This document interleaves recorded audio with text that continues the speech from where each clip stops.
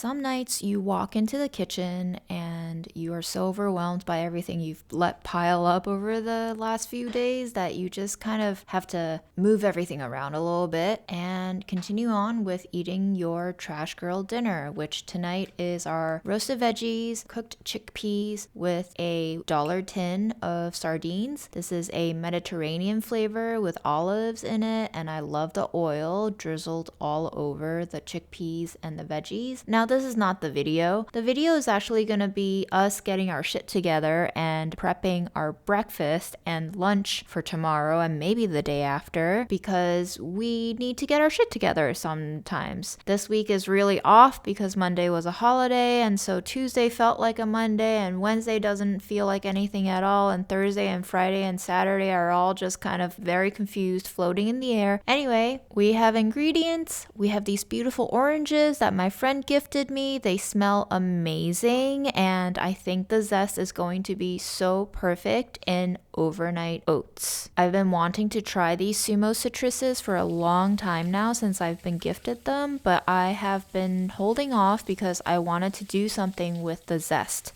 These oranges are pretty pricey and I want to use every part of it. So the zest contains a lot of essential oils that are going to be really delicious, folded into sugar or yogurt or overnight oats. Wash your oranges well, dry them off, and then pick a bowl you want your overnight oats to sit in, and then also a plate that fits perfectly on top as a lid. You'll need a microplane and a spoon, any spoon, maybe not that spoon, that was a weird spoon that I chose, but maybe there's a method to the madness. Anyway, we're going to use our vanilla Greek yogurt. This has milk, fat, and sugar in it, so all we really need is plain oats. We're going to mix that in very carefully and slowly using a folding motion, and then if you want, you can add in more oats, you can add in some spices. I'm using some anise seeds. They're good for digestion, and I also just like the flavor. They remind me of like little European tea cookies. Make sure it's reaching the desired consistency. Everyone likes it a little bit differently. I personally like it thicker, like peanut butter, because I like foods that choke me, so I'm adding a little bit more oats, but feel free to adjust it to your liking.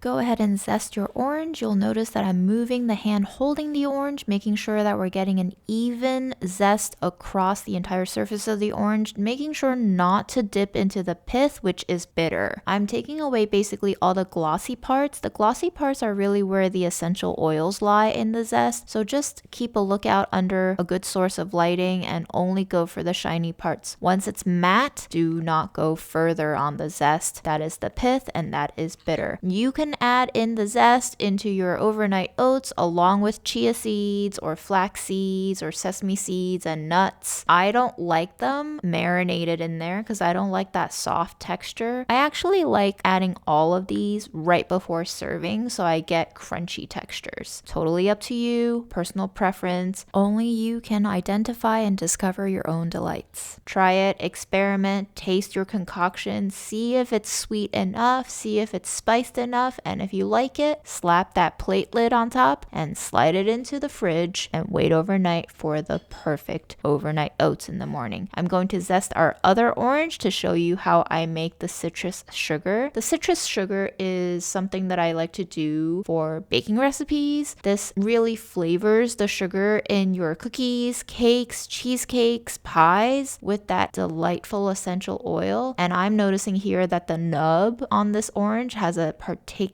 aroma that is not found elsewhere in the zest, which is so delightful. If you smell different parts of the orange, they actually smell different, and different oranges also smell different. Kind of like people. So every time I make this citrus sugar, it's like experiencing an orange all on its own. You know, just like cats and dogs, really. You think cats are all like cats and dogs are all like dogs, but once you get to know them, they're not the same at all. As advertised, these sumo oranges are incredibly soft and juicy and sweet, and I like to peel off the little membranes the way I do a pomelo and just really enjoy that burst of juice. Yeah. Okay, now take your zest and find the complementary sugar. To pair with this Sumo Citrus, I'm using this Muscovado sugar. It has a dark brown sugar molassesy note that I think will go really well with this slightly floral and slightly green citrus taste of the Sumo.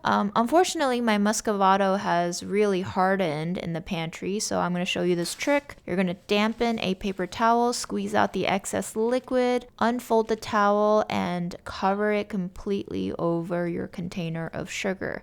And then you're going to take that container, pop it into the microwave, heat it for about 30 seconds while you eat your delightful citrus.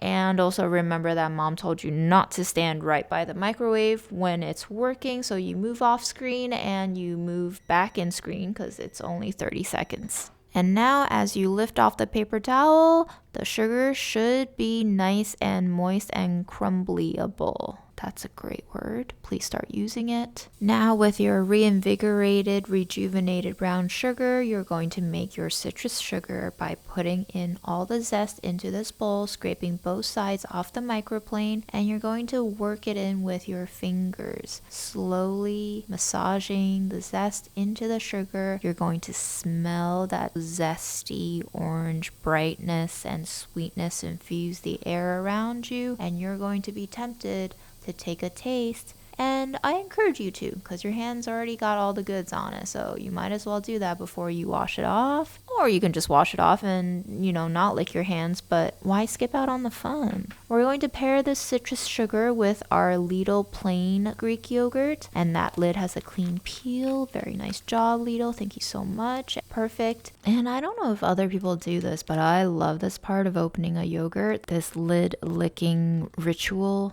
It's got like a baby serving of the thickest yogurt ever. And we're going to smooth out this yogurt in the tub by just giving it a nice little swirl whisk. It's a little chunky and I like my yogurt a little bit more smooth to make it easier to work with. We're going to dump in way too much oats for this tiny bowl. So we're going to work our way in from the outside very slowly and carefully using our little turning motion, our little folding in motion, and just avoiding oats on the floor because my floor is dirty enough as is. And again, you're going to feel for your ideal texture. You might want it thicker, you might want it looser. It's all up to you. Just know that overnight it's going to set up even more and solidify even more. So if it's going to be hard to spoon through right now, it's going to turn into an edible brick, but it's going to turn into a brick. But if you love bricks, don't let me stop you. Go ahead and take a taste because this yogurt was not sweetened before. You might want to add in more sugar. You might want to add in other spices, cinnamon, vanilla, maybe even hot cocoa mix. But for me, I love the citrus sugar as is. It's got a really nice gingerbread flavor that I'm absolutely in love with tonight. So I'm just going to add in a tablespoon more of that. Fold it in until it's nice and smooth. And yes, this is my ideal texture.